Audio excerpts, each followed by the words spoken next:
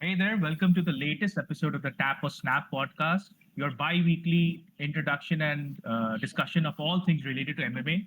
So, I'm Sayed. I'll be leading the show today. We've got Ujjwal, we've got Ricardo, and we've got a debut from Nishan. Nishan, say something, man. Welcome to the show. Thank you. Thank you. Thanks for having me on. Very excited. Um, well, in my MMA journey started actually with Dustin Poirier, Dan Hooker, that fight during COVID, the one without the audience, so I could hear everything. And for some reason, that just kind of I need to watch more of this. I don't know what that says, but it is what it is. And MMA is a weird sport, man. We all have very interesting tales as to why we got hooked into the sport. Let's get down to it. I think the most Let's important go. discussion right now has to be about UFC Vancouver and the fallout. Main event, all of us, I think 99% of us believe that Rainier de Ridder will be beating Brendan Allen. But again, that's what we said last time around, that MMA is the most unpredictable sport also.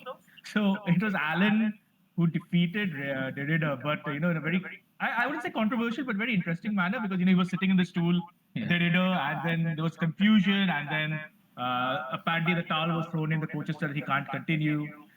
There's then this discussion about the norovirus. It makes another entrance after the Yeah. Pereira fight. So, Ricardo, your thoughts on this? What did you make of it? Because Derrida was supposed to get a title shot with the win. That was a foregone conclusion almost. Yeah. Yeah. It was because I did like everybody think that Renier de Ridder was going to win because Brendan Allen is good. He's got good grappling, but what always lets him down is his fight IQ.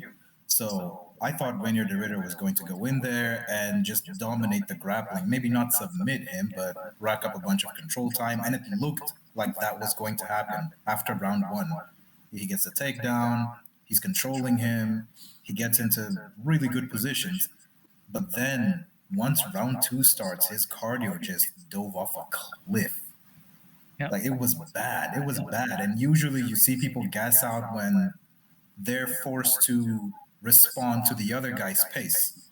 But when you're the one setting the pace and determining the engagements, you don't usually gas out. But he gassed out so badly that by the end he couldn't even get up. And that was bizarre. It's not the first time this has happened to him. It happened to him in one championship when he fought Anatoly. But this time it was just really, really bad. Like, really bad. That was an insane upset. And the guy lost a title shot. Because if he had won that, he's probably fighting Hamza Chimaev next. Yeah. Speaking of Hamza Chimaev, I just wanted to bring this up, something that Ujjwal shared before the podcast. Hamza, I don't know, has this, I don't know if he's using Twitter or it's Ali Abdulaziz. I think it's Hamza using it. So I don't know if you guys have seen this, but Hamzat is beefing with a fake Renier de Ridder account, and he's beefing quite well. So, Ujjwal, Nishant, your thoughts on that? Like, what's going on with Hamzat? Like, why is he, why is he so out of sync? Because 99% of us know that it's a fake account. So, I don't know what's going on with him. I don't know, man. When you're in the zone, right? When you're in the trash talking zone, you don't. And You want to look, go I don't first, wanna. Ujjwal? Is there a lag in our? Yeah, no. So we're good.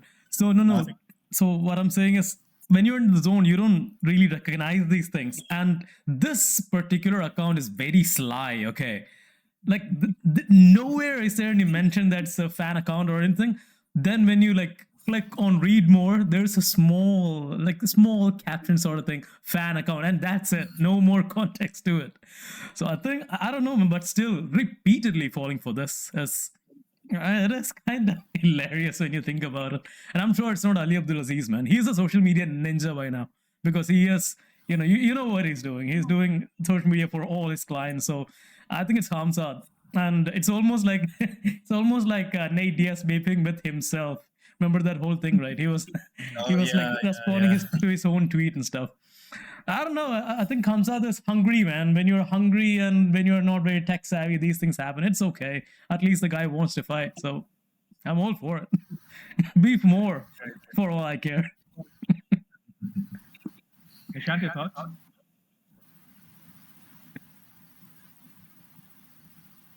think there might be a lag. Yeah, there might be a little bit of a lag going on. Hey, Saeed, go for it. Nishant will like weigh in a little bit Yeah, later. he'll log in back once Yeah. things clear up. So quickly moving on, we're going to talk about something else. Oh, he's back. He's Hey, back. Nishant, He's back. He's back. He's back. He's back. So Nishant, yeah, I'd like your thoughts on this. Ajay, cool. We'll see what happens. I wanted to talk about the next topic that we had in our. No, we'll skip that. We'll skip that. We'll do something else now. So I don't know if you've seen this or not, but Charles Oliveira wants to fight Max Holloway potentially for the BMF title. I don't. I mean, I think the BMF title has now become a bit of a joke, right? I mean, like anybody's just calling out for a fight. We've seen John Silva ask for a fight with Max Holloway at the White House. Do you think it makes sense for this fight A to happen? And then B, if either of them wins, do they get a lightweight title shot against Topuria? Maybe not now, but in the future. For the first question, yes. Second question, a definite no. Like the fight does make sense, okay, because they had that whole rivalry, not rivalry, they did fight before, and it was a bizarre stoppage. Of course, like he punched him in the throat and like injury or whatever. It's an intriguing fight. Like both fighters are well loved by the fans, and they just had a loss to the same guy, Ilia Topuria, and they have a prior beef. So it makes sense. And the BMF title, I think it's designed for situations like this. You know, like there's you need some incentive for fans to like check it out. But then again, it's not a big fight. It's not a like consequential fight to say the least. But I don't think either of them deserves a title shot off that, because look at the fashion both of them lost to Ilia Topuria. What, like, how is that supposed to change? I don't think there will be anything different in a second time around. So I don't know. We need someone that excites the fandom, you know, in the title picture. And these two, not against Topuria. We might have to go to Arman. I don't know, or Dan Hooker if he wins that matchup with Arman.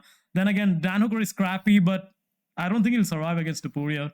Might be Arman, man. Hold him down. Use the wrestling. Make it boring if he has to, you know. Yeah. Let's go for it. Any thoughts? Yeah, I think that's a very, very valid point. I don't see why either of them deserve a title shot, even whoever wins this thing. But if the UFC wants to sell tickets, then it's a great fight. Because Oliveira and Holloway, they put people in seats, they sell pay-per-views, they're going to make money off that fight. For sure. I mean, but a title shot is a definite no. I mean, Arman would throw a fit. I think he'd jump off a building or something. Yeah. Sure. Oh man. All right. Yeah, Ricardo? I mean, yeah. I don't know about either guy getting a title shot, especially Charles Oliveira. He just lost a title fight to, like, very recently. Obviously, he fought recently in Brazil, and he won. He beat what's his name, Mateusz Gamrot. Yeah. But you know, just one win after getting knocked out like that in round one, exactly as Ilia Topuria said, because Ilia Topuria predicted the fight exactly as it happened. He said, Charles Oliveira walks forward all the time. He's all offense. And just from a stylistic standpoint, a guy who fights so tall, no head movement, and is always coming forward, that's any counterpuncher's dream. And it's not even that Ilia Topuria is a counterpuncher. It's just that's easy to game plan for. It's not easy to fight, but it's easy to game plan for. And he said what he was going to do, and he did it exactly. It didn't take 2 rounds. It took 1 round, knocked him out. I don't think beating Max Holloway, and Max Holloway is a legend. He's great. He's amazing. But I don't think Oliveira, who has not been as impressive as we probably expected him to be, should be getting a title shot off a win. You know, people were asking if he was washed and everything. And as far as Max Holloway, I don't know. I wouldn't mind seeing Max Holloway fight Ilia Topuria again, but I would rather him just fight Arman Tsarukyan. I know Arman is going to fight Dan Hooker. I don't care about that fight, to be honest with you. I think Arman's going to get a really, really, really easy win. Oh, Dan Hooker's cool, you know, he's funny, but Arman Tsarukyan is, I think, the most dangerous stylistic matchup for Ilia Topuria. Not Yeah. Paddy, not anybody else. It's Armor. And that's the fight I want to Oh, see. I completely forgot about Paddy. That oh shit, he's there right in the mix. Yeah. He's there, yeah. But I don't know about He's Dan there. Hooker. I don't know about Dan Hooker, man. Like he might upset, pull off the upset. Like Yeah. he did. He'll do another Yeah, yeah. Let's go. like he'll get the win like that. Yeah, I no. don't know. So my biggest gripe with this PMF title shot is that I don't see Charles Oliveira as being a bad mother effort. I mean, is Charles Oliveira a bad mother effort? Is Max Holloway somebody like that? Like Nate Diaz? Yeah, you can say that. John Jones potentially, yeah, but Yeah. I don't know, man. It makes no sense. Justin Gaethje is not a bad effort. Like he fought for it, but it makes no sense. But that's the UFC trying to sell tickets, like you rightly said. But speaking about Taporia, this is a nice Dude, segue. you just said Justin Gaethje is not a bad MF. Come on, man. He's not. I don't think he is, right? He I is. don't He think, like, is your favorite fighter's favorite fighter. He is the highlight. There's nothing more bad MFer I than don't that. know. You need to be a gangster, not like a minor, like a gangster. Anyway, that's just the true. UFC. Yeah. But yeah, I wanted to get your thoughts on this Paramount card, the big deal that the UFC sealed. It's going to be a huge fight, and who is going to feature on that? Like headline it. Of course, there are talks about Taporia, but then it comes back to that question: is it Sarukian? Is it Paddy? Who do you guys think makes the most sense for that? Or do you not want Taporia on it at all? You want somebody else? I mean, it has to be Paddy, right? He's got the personality, he's got the mouth, he's got, I don't know, he just has that Conor McGregor from Walmart quality to him. Oh God, So, like, Nishan, man. Oh Yeah. wow! they,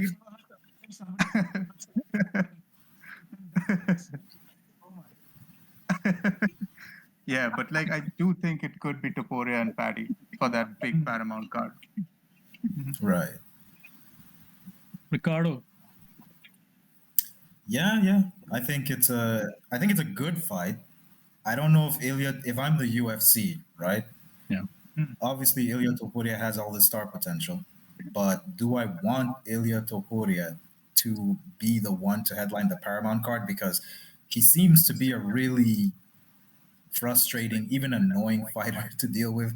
He's always saying, "Oh, I'm not going to fight that guy. I want to fight this guy. I want to do this. I'm not going to do that," and so on and so forth, making all these demands.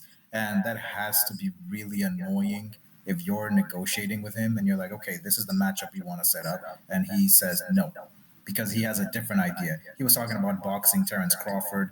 Terrible idea. He would get absolutely destroyed in a boxing match against Terence Crawford. And I just don't know if Ilya Topuria, in the long term, is just going to be another Conor McGregor or John Jones situation where he ends up getting too much power and now he's acting against the UFC's interests. Whereas maybe you could get someone like Alex Pereira. He's always been willing to work with the UFC. He's always been willing to fight. He's never ducked anyone, despite what everybody says about the Ankalaev nonsense. But I don't know. If they do choose Ilya Topuria, yeah, Paddy is the most sensible option. I mean, he will sell that fight to the moon. Yeah. Did you see what he said recently? He said Ilya Topuria is fake. He's not Spanish. He's not Georgian. He was born in Germany. All this nonsense like dual citizenship doesn't exist. So I think that would be a really, really, really marketable fight if they go with Topuria. Yeah. Okay. So I have a hot take about this. Yeah, go ahead. Yeah, and this is interesting. I promise you guys. So, look, Topuria, right? Topuria is the obvious answer people think, but I think as popular as Topuria is, the fans, at least a lot of the fans, freaking hate him with a passion, and I'll tell you why. Because look at his rise to stardom. He took out fan favorite fighters. Nobody wants to see Volkanovski like lifeless on the canvas. He did that. Then Max Holloway, he did that. Do Bronx, man. People love that guy, okay? Not just Brazilians. He killed him. And then he rose to the top. And on top of that, the guy can come off as a little bit overconfident at times. Like saying stuff like, in 6 months I can beat Terence Crawford. Ah, come on. Right. So with stuff like that, people really want to see him I think it's just my personal opinion. It's not what I want to see, but I think people want to see him lifeless on the canvas, okay? Destroyed on the canvas. And who in the lightweight division can do it right now? Nobody. If you put him against Arman would control him for a bit, maybe wrestle him and get a decision win or something. People don't want to see that. People want to see him knocked out. Who's going to do it? Dan Hooker? No way. Who else is there? Who is a good striker? Like, I don't know, man. I don't know if anybody can do that right now. So Paddy, no, he's gonna get his chin blasted into the moon. Okay, I mean, he just fights like that. Like, he just doesn't guard his chin. So I think I don't know, man. I don't think it's Topuria, because Paddy and Topuria is marketable, but like we kind of know what is gonna happen. I think it is Alex Pereira, but against whom I really don't know, because in light John heavyweight, John no. Jones. No. No, Dude, no. never, No. never. Light heavyweight fight. John Jones or catchweight, man, like something in between. You never know. To sell that first Paramount Dude, card. Boatan you is know, gonna get. No, I mean, dude, the guy took down DC. Okay, an Olympic wrestler. I know. I'm just saying. Yeah. Like, So that's the fight to make, right? I Like, think if you're not talking I about don't the know. UFC, why not? Yeah.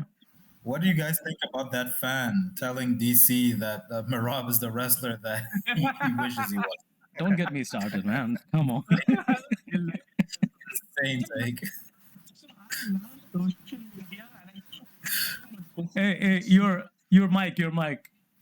yeah, no, I'm saying that I love social media and I hate Yeah. it also. But, Yeah. this is, you should see DC's reaction to this. It's not like this Paul Fender reaction with that guy who wanted to Yeah. slap him and beat him up and all that. DC just replies with one word: yes. That's it. Like, it's hilarious. I mean, MMA fans have are the craziest out there. Like, you can say stuff to a soccer player, you might be able to beat him, but can you actually beat an MMA fighter? Like, 100% Yeah, of us especially won't be someone able like to. DC. Yeah. Especially somebody like DC. That's a big boy. That's Yeah. a big man. Dude, that picking up slamming thing he does in the octagon, in the streets, it's instant death. Okay, the pavement wins 100 out of the 100 times. Yeah. You don't want to mess with that That guy. that high crotch single leg slam is insane. Yeah, That's high also crotches. why I don't think Marab is the wrestler that DC wishes he was. I think Marab's a good wrestler. You know, he gets a lot of takedowns, but it's quantity. You know, Marab cannot hold anybody down except, I guess, Sean O'Malley. But Sean O'Malley's defensive wrestling is not the best. Yeah. But DC, 9 out of 10 times, if DC is getting a takedown against you, you are staying on the mat because his top control was incredible. His top pressure, hip pressure, everything, positional grappling, mat returns. So anyone that was taken down by DC always struggled to get, except for John Jones. John Jones got taken down once, but he popped right back up because nobody can hold John Jones down. So I don't know if saying, you know, Marab is the wrestler DC wishes he was. Maybe the wrestler Henry Cejudo wishes he was, because Henry Cejudo, you know, Yeah. Olympic gold medalist, but his wrestling has never ever served him that well in MMA. Henry Cejudo's never just out wrestled somebody, taken them Shots down, fired, controlled man. them Shots fired. or anything. You know, I mean, it's true. Henry Cejudo's wrestling allows him to get, you know, a sneaky inside trip here and there, a takedown here and there, but he can never control anybody. That's why I never understood whenever people would talk about, you know, Henry Cejudo's credentials like they mean anything, or Bo Nickel's credentials for that matter. Like, yeah, okay, you're great, but this isn't wrestling, it's MMA. And if you can't hold anybody down and actually control them, Yeah. it doesn't mean anything, unless, of course, you have infinite cardio like Marab, who's just, you know, you get back up, he'll shoot again forever, you know? So I don't know about, you know, DC wishing he was Marab. You absolutely brutalized Triple Yeah, C there. Triple C. Good stuff. Good stuff. That's going to be shorts worthy. Yeah. Nishan, Yeah, I I mean- mean, your thoughts on something, man. We're talking about DC and this exchange with the fan. We saw this hilarious bit with Tito Ortiz, right? giving his prediction for it was Ghan versus Aspinall, and he has no idea what is Cyril Gahn's full name. And then the last part, he says that there is this new fighter, or not a new fighter, mythical fighter, Tony Strickland. And you saw Sean Strickland's reaction to the reel, right? He replied thrice the same thing: "We should not train so much. We should not train so much." I mean, encapsulates MMA in a nutshell, right? These big, mean guys, and they really have no idea what they're talking about sometimes. Yeah. I mean, it's such a Tito thing to do. Like, this is Tito Ortiz in introduction to Tito. This is just him in his purest form. Tony Strickland just killed me. It was amazing. Because can you actually imagine a mixture of Sean Strickland and Tony Ferguson? That's a mythical fighter. You don't know if you want to face. Like, it's just amazing. But what was most interesting to me was the fact that we all know that Dana White has long had some problems with Tito Ortiz. He's called him names. Dana White actually defended Tito, saying that this is not fair anymore. We should stop doing this. You're doing this for clicks. I was like, well, Dana's defending To be this fair, I guy. think he was just trolling him, not even defending. I think he was trolling him. Yeah, I think so. I think he was. It's Dana White. Why will he care about this? I think so. Because Dana White has made it his mission to find every clip of Tito Ortiz saying something stupid and commenting on it. Like, there was a time when he would just comment on every Insta video saying, "That's my boy." He Because, said I mean, that Tito again. Ortiz He said it this time also. said I believe. that That's my boy. Yeah, I think he did. Wasn't he gonna box him at one point? I mean, there were some talks. Yeah. around it, yeah. Now he can do it legally. It's brilliant. He's got Yeah. TKO, right? He's got TKO boxing. Main event. Exactly. Dana White versus Tito Ortiz. That's gonna We sell should tickets, man. spam him. We should spam from this Sunday. Like, Dana, Yeah, go for it. It's amazing. Dana versus Tito. Can you imagine? Boxing fight. Highest selling pay-per-view of all time. I'm telling you, man. Thank you. That Forget would about be absolutely ridiculous. That would be insane. I'm glad they didn't make it, because how bad would that look? Because Tito Ortiz would have gotten knocked out. He clearly can't box. Yeah. And the average casual fan will look at that and go, "Oh, look, UFC fighter got beaten up by the president of the company. Oh, they can't be that tough." Disregarding the fact that Tito Ortiz is a wrestler. But yeah, Tito Ortiz is just insane. He's crazy. There's a compilation video of his most insane moments, and he's not in his right mind anymore. They should stop interviewing this man. The guy who says he wants to outlive his children and that he's young, mature, and all this insane shit that he said. I mean, just let him live in a retirement home in peace, watch some birds or something. Like, he should not be in camera. Ricardo's come on fire. Like Ricardo is. I don't think the UFC is gonna call you anytime soon, man. The way you're talking about stuff, like some of the ex-fighters and all. They're burning bridges, man. You're gonna chill. It's fine. I'm an independent. It's fine. Oh shit! We need more people like you. Ariel Helwani too, man. You'll be blacklisted after this episode. Yeah, they'll blacklist me. They'll blacklist me. Oh, Saeed, I didn't hear you, man. I'm just saying that he should be part of some PPP Q&As. He should destroy the panel. None of this Exactly. nonsense on who's dating whom, or those simple questions that they ask. Like the most terrible questions that they ask. How have you prepared? Are you prepared for this fight? What are you going to do? Like, what are these questions? Yeah, we should just unleash Ricardo, man, and he'll make it clickable. The state of the MMA journalism is awful. I mean, they get asked the same questions every time. How does it feel to be back at, insert whichever city they're in? Yeah. Dana, how does it feel to be back here? How did you guys prepare for this fight? And it's always John Morgan asking the most NPC questions. It's like, come on, let's ask some actual questions here, Hey, but Ricardo, man, I don't think I think Tito was gonna win that fight, if it ever happened. Maybe.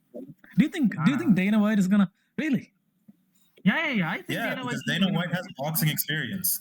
Yeah. Tito Ortiz has no boxing experience, because the problem is, On the one time he fought, he got slept. Yeah.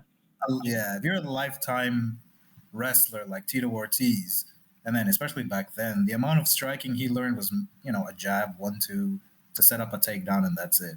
Whereas Dana White, he was never a boxer, but That's what I'm saying, right? he Like, did have some experience as a boxer-sized coach, and yeah, I think it's just gonna be a in terms close of fight. mechanics, It's gonna be a close fight because I'll tell you why. I think the cardio for sure. But in terms of the actual boxing mechanics, Tito Ortiz doesn't move his head, and I just think it would have looked really, really bad, like really, really bad. Yeah. Yeah. Okay. Fair enough. So quickly moving on, I think we need to discuss the main fights Oh. for this weekend. I mean, it's Alright. 321, Oh yeah. a month with 2 PPVs. We're living well, man. We're living well. It's in, I think, Abu Dhabi or Dubai, right? It's in Abu Abu Dhabi, Dhabi. Etihad Arena. Yeah. So obviously, we start off with the main fight. It's Tom Aspinall in his first title defense against Cyril Gane. Uh, that's his third title shot, I believe, Khan's, and he hasn't Yeah. looked that great. So, is it like Mm. does the UFC not have any heavyweights at all? Like Khan is the best that they can come up with. No disrespect to Khan. I'm just saying that like surely there must be somebody else, right? I thought so. Yeah. This event, man. I mean, you said we Oh have wow, two. everybody's so silent. Like nobody has an answer to this. That's how bad is the situation with heavyweights. Like we don't know what's gonna do. Oh wow, yeah. I I'll think tell that you answers what. the question. So no, we had two pay-per-views, right? Chuck it. We just had one pay-per-view this month. Like this is UFC 321, man. Look at the main event. Like, how does it make sense? Because Gone, okay, it's a lose-lose situation for the UFC, okay? Let's say Aspinall wins. Aspinall wins the fight. He was supposed to win this fight. He was supposed to be the guy who'd knock out John Jones. So it's nothing spectacular. He was supposed to win this.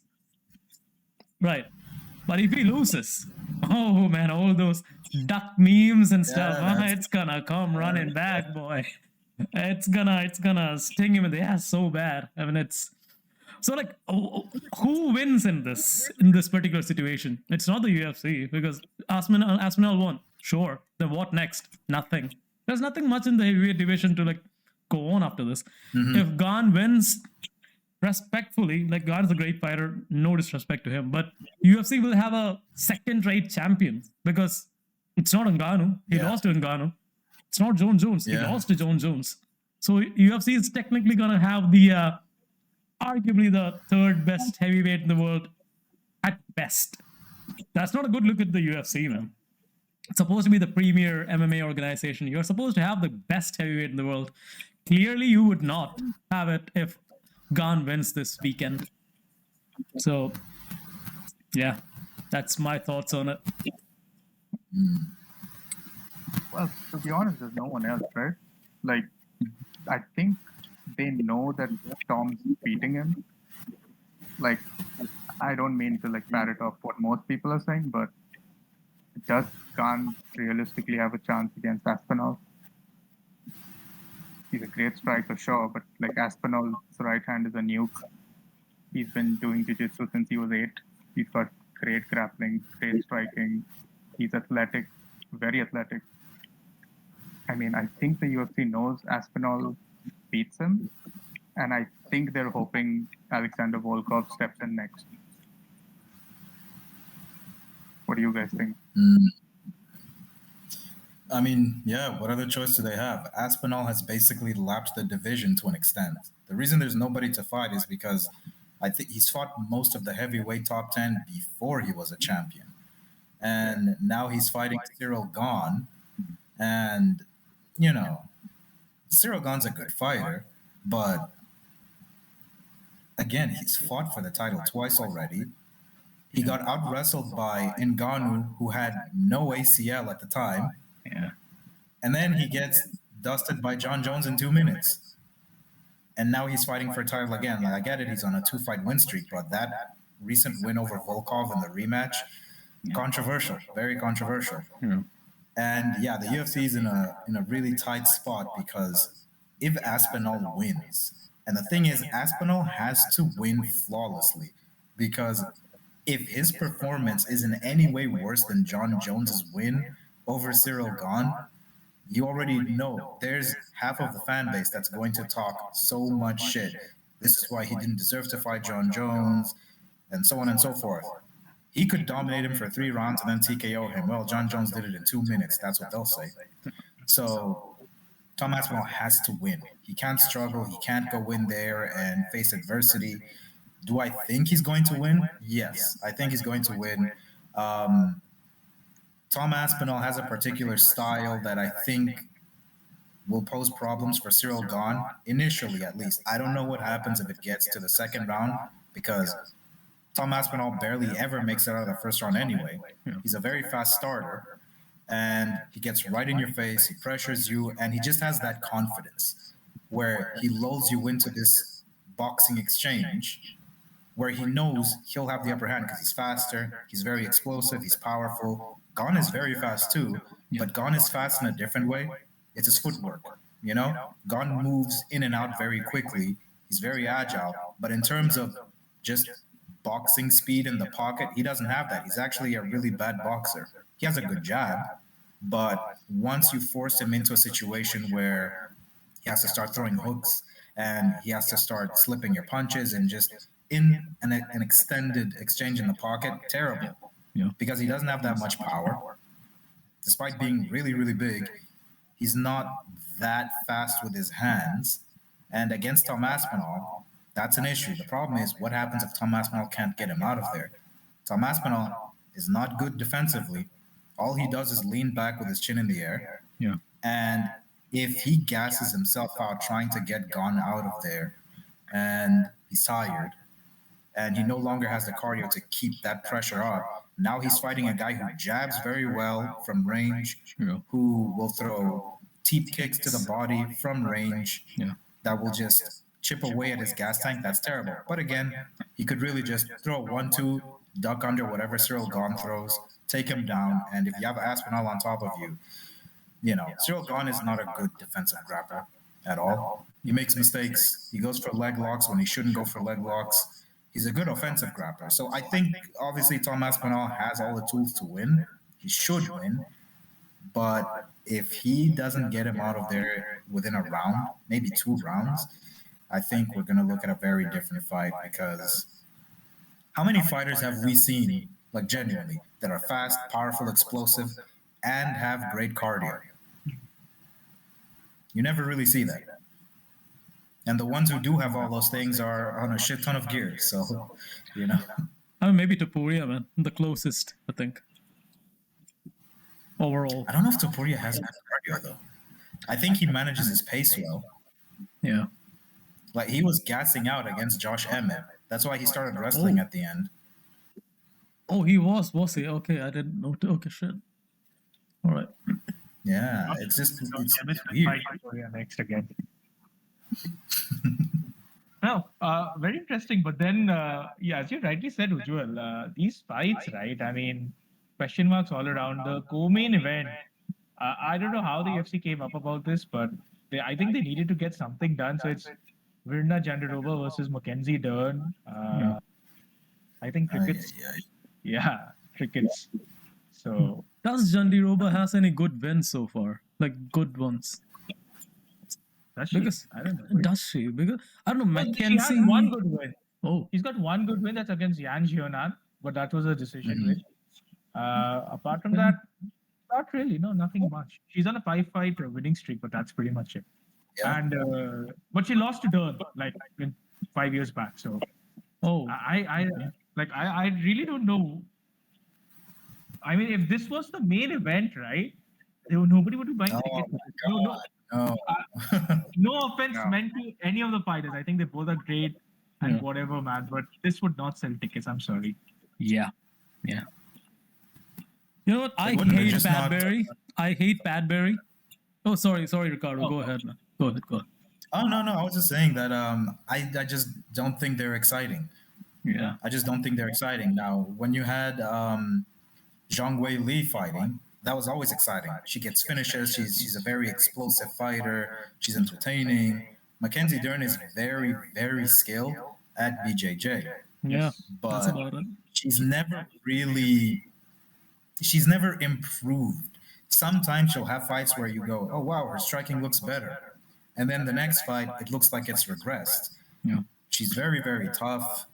But I think from an evolution standpoint, she made all the wrong decisions. If you're a BJJ specialist and you're going into MMA, just work on your wrestling. Obviously, work on your striking, sure. You know, you need to know how to throw a jab, a 1-2, whatever. But you're not going to become a champion by improving your striking if your background is BJJ. Your skill set is on the mat. Work on your wrestling, and she really didn't. Now, Virna Jandiroba, she is someone who she has great wrestling for the division. She has really great wrestling, but how well will that work against someone who is the most credentialed BJJ specialist in the division? Yeah. Might even Like, backfire, right? what? Yeah, it might backfire on her. It might. So I don't know. I'm not sure how this fight will go. It's a tough one. It's a tough one. I know the UFC wants Mackenzie Dern to win. I know that because when they uploaded that first embedded episode, they had her picture, they had her as a thumbnail, and then they removed it and put Tom Aspinall. So they really want her to win. Not sure why, but No, so she's a marketable star. They need marketable people. That's the problem now with the UFC, right? I mean, they don't have those big names to market, right? Who's there? At least in the women's division, who's there? They've had to bring Amanda back, right? Nunes, yeah, just to yeah. sell some tickets or get the hype up. Otherwise, there's nothing there in the division. Valentina, No Shevchenko, I don't idea. know. I have no Yeah, idea well, why Valentina is not a big name, man. Like she can, I mean, she's badass. She does movies. She's beautiful. She shoots exactly. guns. It's so strange. She's like the perfect embodiment of what an American would want, right? Yeah. As a UFC female fighter. She's got the look, she's got talent, she can dance, she's in movies, as you said, she loves guns, she takes photographs of the American countryside like every single Yeah, week. she does. She does. She just posts photos, and I don't know why she's not that big. It's bizarre. It is. It is. It is. It's probably her fighting style because she doesn't get finishes consistently. Mm. Like when she does finish people, it looks insane. It looks great, Yeah. but she doesn't always do that. Like I've always said that Valentina Shevchenko is a master of neutralizing her opponents, Yeah. like of neutralizing engagement. And you know, when you're fighting the Jessica Eyes of the world, yeah, you're gonna get an amazing knockout because you know Jessica is a decent fighter, but she's worlds apart from Valentina Shevchenko. I mean, when you're at the point of accusing, because your opponent is so fast, you're at the point of accusing them of speeding up their training footage. That says a lot about what's going to happen when you get in the cage against someone that's so fast you cannot believe it. But she doesn't get those finishes consistently. Yeah. And I think that's the problem because yeah, you can be marketable. You know, you can take the pictures with the guns and everything, but if the fights don't translate to exciting finishes all the time. One of the reasons why Ronda Rousey was so popular is because she was finishing everybody all the time, really, really fast. And nobody could believe it. You know, same reason why Mike Tyson got so popular back in the 90s. He was knocking everybody out. And in the US, the reason why Alex Pereira is so popular, he's a consistent finisher. And unless you know, the only way Valentina Shevchenko is getting that popular without finishing these fights is if she turns into an insane trash talker, which will never ever happen. That is not She going just to doesn't happen. have it. That is not Yeah, gonna she just happen. doesn't have it. I think we need to discuss the third fight. But on the one Baker thing, and- guys. One thing. I need to ask you guys one thing. Should Rose Namajunas, should she just have stayed at strawweight? She would have had a great career, I think. I mean, and the strawweight division would have had a big star. She could beat Wei Li. She proved it twice. I mean, against Cookie Monster, she struggled, but I don't know, man. I think I think it's Pat Berry. I don't know, but I think she should have just stayed at strawweight. She would have been a legend if she did that. Now at flyweight, I don't know. Even if she makes it to the top, it's Valentina. It's not gonna go well. What do you guys think? Do you guys think she should have just stayed at strawweight and like rule the division, or am I just think- grasping at straws? Yeah, no, I think losing to someone like Carla Esparza fried her brain or something. I don't want to say it like that, but I remember watching that fight and I was like, oh no, she can't lose to Carla Esparza. But she did lose to Carla Esparza. And then I think that just rewired her somewhere and she's like, no, I got to do something else or something. It's so strange. She should have stayed at strawweight. You're right, man. I mean, I don't understand this logic that every UFC fighter must change the division sometime or another and try to capture another belt. Dominate the one that you're in, man. Forget about the other divisions. So you're not going to be the first person to do that anymore. Like it was like a big talking point back then when they were like not even a handful, like 2, 3 people who actually did it. Now almost every person wants to do it. Khamzat wants to do it. Topuria wants to do it. Islam wants to do it. John Jones has done it. Pereira's already done it. Yeah. So I mean, it's so weird. Just let it be, man. Do what you want to do. Dominate your division and then maybe think about something else. I don't understand. Yeah, and Yeah. what else? I agree. What else? What else? This is the last fight that we need to discuss about because no other fight makes like maybe we talk about Volkov versus Almeida because the only reason is that Aspinall said that if Volkov wins this, we run it back. Again, that just shows the lack of depth in the heavyweight division. Like that's the best fight that Aspinall can think of right now. If Volkov beats Almeida, but then the third fight is Umar versus Mario Bautista. Maybe Umar gets a title shot again after he beats Bautista. That's like the only other talking point I can see from this card. I mean, this card is kind of, oh boy. Yeah. Yeah. I mean, ideally, I would want Umar to fight one more time if he wins, because is beating Mario Bautista is on a really, really good win streak. Yeah. But this beating him really, like after getting embarrassed by Merab the way that he was embarrassed by Merab. And I say embarrassed not to say that he was dominated, because it was actually a close It competitive was a fight. close fight, yeah. But it's the visuals, you know, of him failing a takedown, rolling on his back, Merab pointing and laughing, and you know, that's a bad look. And then Umar is just gasping for air, just tired. After that fight, you know Habib had everybody working on their takedown defense and cardio for days on end, because that's just an embarrassing visual. I don't think you can go and just beat Mario Bautista and oh yeah, title shot again. I don't know if that works, especially because Umar Nurmagomedov does not have a lot of good wins in the top 5 or even the top 10 for that matter. So I don't know. If he does get it, he better just absolutely destroy Mario Bautista. He has to destroy him. It cannot be, oh yeah, 29-28. No, you have to absolutely annihilate him. You have to. But we'll see.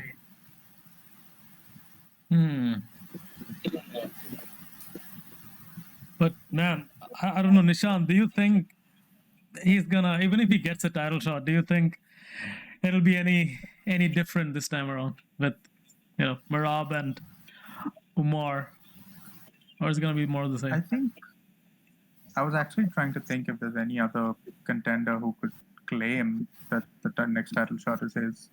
Is there anyone? I mean, I don't really see after Peter Yan, if Merab beats Peter Yan and Umar beats him, I think, I'm trying to think, maybe not, but I don't really see the rematch going any differently. I think Merab is he's on a roll right now. Yeah. I don't see that wave really slowing down anytime soon. I don't think Umar has. I don't think he can. How many changes can he make to beat Merab now? Because Merab's coach has been saying some very, very, very, has been heaping high praise on him. How much he's changed, how much he's improved. So yeah, I think Merab beats Umar in a potential rematch. I think this is a perfect segue, man. But like, I think it looks like every division has a lack of superstars or talents, maybe except the lightweight division. I know you won't ask this question, so I go for it. The star power thing. Yeah, no, we brought this up the last time also when we were talking about all these events. Like, there is actually a lack of star power in the UFC right now. But is it also part of the UFC's doing? Do they want a star power like a Conor McGregor who controls a lot more of what goes on and what goes. Like at one point, I remember Conor McGregor did become bigger than the UFC. Maybe the UFC is doing their bit to ensure that nobody becomes bigger than the promotion because Conor was calling his shots. He's the one. Like everybody knew about. So everyone knows about the UFC because of Conor McGregor. Yeah. Like the casuals. Yeah. Conor McGregor is MMA for a lot of people, despite all his Yeah. run-ins with the law and everything. Like not even John Jones. Yeah. You wouldn't know a John Jones, you wouldn't know a Cormier, you wouldn't know anybody, but everybody knows Conor McGregor. He comes on that crazy Forbes 100 top 100 athletes list every year. Only UFC guy in the list, only MMA guy in the list. So everybody knows him. I think the UFC is just trying to control and temper expectations. Right. But is it a smart move though? I don't know. Well, it hurts the promotion, doesn't it? Yeah. Like right now, you're struggling. You're struggling to sell fights because you don't have the guy. You want Alex Pereira to fight in every PPV. He loses his star power then. Yeah. Yeah. Who's there? Like there was Yeah. a genuine time I remember early. I think it was in the early 2020s, where every PPV was huge. It was stacked. It was crazy. You looked forward to it because you knew there was going to be at least one big name involved. You had Adesanya. You had Usman. You had Pereira, not Pereira. You had this guy John Jones, obviously. Jorge So there Masvidal. was- Yeah. yeah, even a Jorge Masvidal. You knew he was going to sell tickets. Of course. It's not happening these days anymore. You don't have Sweet those guys. Jesus was on Like- fire, man. Like you remember that fight, right? It was I think Zhang Weili versus Joanna. Yeah, the first one, right? Oh, shit. Yeah, that was yeah. good, man. That was That was good. insane. That That was was I think that The was one where she cool turned meme. into an And- alien, right? The one where she turned into an Correct, alien at correct. the end. You had the It came trauma out. in her head and also insane. But that cemented the legacy. So after that, whatever the fight they had, people Yeah. would tune in because they knew they were going to see something good. It's just not there anymore. Like you don't feel the energy sometimes to Yeah, watch like this PPP card. It's at a really, really odd time for us in India, but Yeah. you really want to see the entire card? I'm like, I'm not sure. I mean, we'll have to because we have to, but Yeah. Because we have to. I mean, it's an odd time for me too. It's like here in Mozambique, it's gonna be what 5 a.m. or something, Oh god. 4 a.m. Yeah, the main card is at 4 a.m. Oh, we've got it at 11:30 p.m. So it's still okay-ish. Yeah. yeah, still Still. okay-ish. Yeah, for you guys at least. Uh, But yeah, the lack of stars is it's very telling. I think the UFC doesn't want superstars anymore. I think they want fighters that get popular enough that they can use them to headline cards, but not get so big that they can start making demands like, I want to go box so and so. I want to go move up a division and do this and that and so on and so on. I don't think they want a Conor McGregor situation where it's so obvious that he was bigger than the UFC because the UFC could stack a card, not have Conor McGregor on it, and it would maybe sell 800,000 pay-per-views, maybe. Then you put Conor McGregor headlining the most ridiculous, terrible card ever, and it's selling over 1 million pay-per-views, easy. And no matter who he's fighting. I mean, he fought Cowboy Cerrone. Cowboy Cerrone is, a legend, but Yeah, he is. but he's a legend. it's Tom Cerrone. He's not somebody that should have ever been fighting Conor McGregor at that point in his career. He's someone Conor should have fought when he was moving up, but not, So I remember that fight so vividly, and I think it was one of Conor's return fights or something, and he's using his shoulders and hitting him. yeah, And just Cerrone retired like that. destroyed him. A shoulder TKO. I saw that. I was like, what? That was bad. That was bad. That was should so be the title, bad. And a shoulder TKO. it was terrible. That was terrible. And I don't think the UFC wants a fighter getting that big again. Fighters like Ronda Rousey, Conor McGregor, where people really only buy tickets or buy the pay-per-view to watch these fighters. Yeah. Everybody else, no matter how much you stack the cards, they don't care. Because that gives these fighters too much power.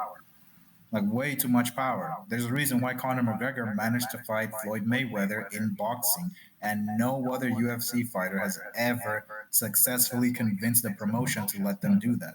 Yeah. So I think they don't want that, especially when, like Syed said, every single fighter now, they win a title, They don't care about defending it. Oh yeah, I want to move up. I want to do this. I want to do that. I want to go do so and so, and they haven't earned it. So does the UFC want that, or do they want stars that are good enough, headline a bunch of cards, enough that they can go to a big streaming platform and go, hey, look, these are the fighters we have.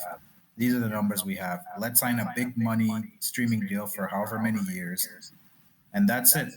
And once they have that deal signed for, I don't know, 5 years, whatever it is, the UFC can relax for those 5 years. Yeah. They don't have to worry about stars as much. So I don't know. I think we're in a different era. They want the brand to be bigger than the fighters. You know, it's kind of like the whole WWE thing. They don't want a repeat of The Rock leaving, and he's taking the trademark name The Rock. Now everybody knows him as The Rock, and you know that's the name that he made popular through his career as a wrestler, as a pro wrestler. And the WWE never, ever, ever wanted that to happen ever again. That's why now they own the rights to all the names of these, you know, of these characters and so on. And that's why there's never been another, you know, The Rock. There's John Cena, but he's you know, He's a not company nearly man. as big as He's a company man through and through. yeah, he's a company man, yeah. But he's not nearly as big as The Rock is. You know, The Rock's a movie star, all these things. And I think that's what the UFC does not want. They don't want a Conor McGregor / The Rock situation. You know, remember Conor McGregor? He was like, I'm only going to fight if they make me a shareholder in the UFC. Like if they allow me to own a stake in the company. Yeah, right. You know, like that's that is insane. how it's gonna happen. Yeah, that is. Yeah, that's never going to happen. But I don't know, man. If But he that was is the saying UFC's plan, right? If that is the UFC's plan to limit the superstardom so that they can, you know, control the promotion a little bit better, to prevent, you know, the people being the promotion, like a Conor McGregor or Ronda Rousey situation. If that is the plan, that is a stupid plan. I'll tell you why. And I'll tell you why. I have a very good reasoning for this. Yeah. So then UFC was like a small thing, right? It only became popular when somebody like Chuck Liddell came in, and then there was a boost, right? There was a boom in viewership. There was a boom in interest. Then someone like Ronda Rousey comes in, and even people in India, man, when MMA was not a thing in India, people knew Ronda Rousey. Yep. So and it became a little bit more bigger. Then comes Conor McGregor, and now everyone knows the UFC. Like everyone. People might not know MMA, Yeah. but they know the UFC. So No, but then that's the counter, right? That people know about the UFC now, Yeah. and it's time the UFC takes control of everything, and we are the ones. Like UFC is the one who makes the money. The Yeah. fighters get pennies again. Yeah. That's the counterpoint. Now the UFC has spread. Like Dana White keeps saying that, but India is not the nearly biggest big market- enough. No, true. Yeah. Dana White keeps saying that India is the biggest market for power slap. I don't know what metrics he gets, but he keeps repeating this time and time again that power Because slap is there- huge in India. There's a lot more of us, so maybe. So I asked quite a few of my Yeah. friends, right, who are into the sports world, who cover sports, etc. Yeah. And I asked them, "Do you know what power slap is?" And these guys keep a tab on American sport, Yeah. and they're like, "No, I don't know what power slap is." So I don't know where Dana White gets that thing. Like it makes completely no sense to me. I mean, those metrics are insane because he was also saying that Power Slap gets more social Yeah. media engagement than F1, the NFL, and every sport known to man. Ridiculous. Absolutely ridiculous. There is no chance that's true.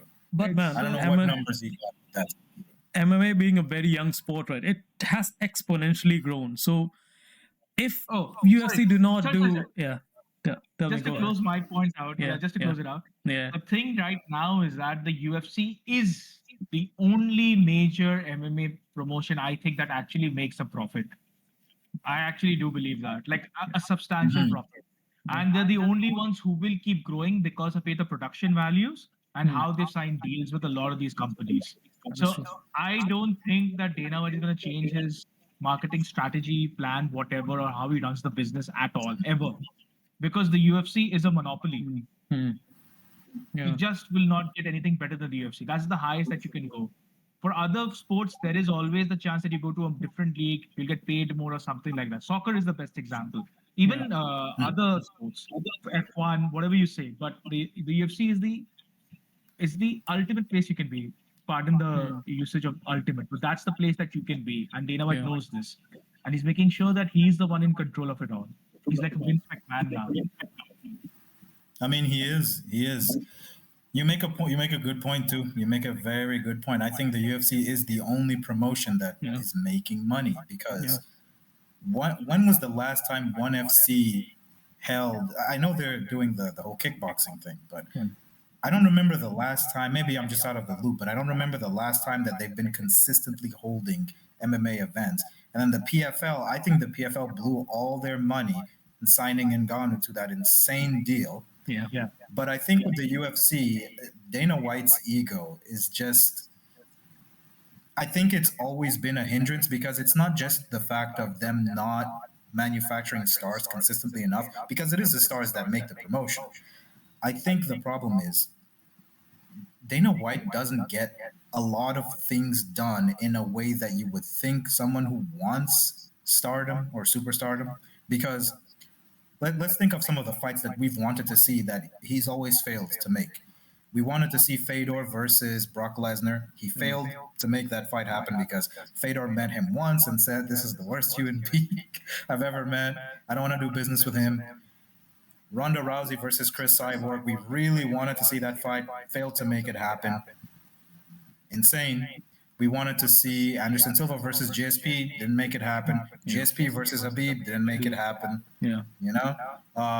What else? We wanted to see John Jones, Tom Aspinall. Didn't make it happen. Now we want to see Alex Pereira fight at heavyweight. And he's wishy-washy about that. Oh, I don't know. I don't know about that. It's just he never seems to, he does make some fights happen, but the really, really big ones, that would define him as someone who gets these things done, he just doesn't do it. And I think it's because he does not want them to get that big. Because can you imagine if Brock Lesnar had fought Fedor and won? Yeah. Can you imagine what kind of demands Brock Lesnar would have been making when he's negotiating? Yeah. Or Ronda Rousey, look, I beat Cyborg finally. Or Cyborg beating Ronda. We know Cyborg was a tough negotiator for the UFC. So I think they don't want this. I think the one time he did really try was John Jones versus Tom Aspinall in the end. But then John Jones just, John Jones just wanted no part of Aspinall. He just did not want to fight Tom Aspinall. He's terrified. He does not want that fight. Crazy. But I don't know, man. Like, I think it's a bad. If this is in fact Dana's plan, right, to not create any more mega stars.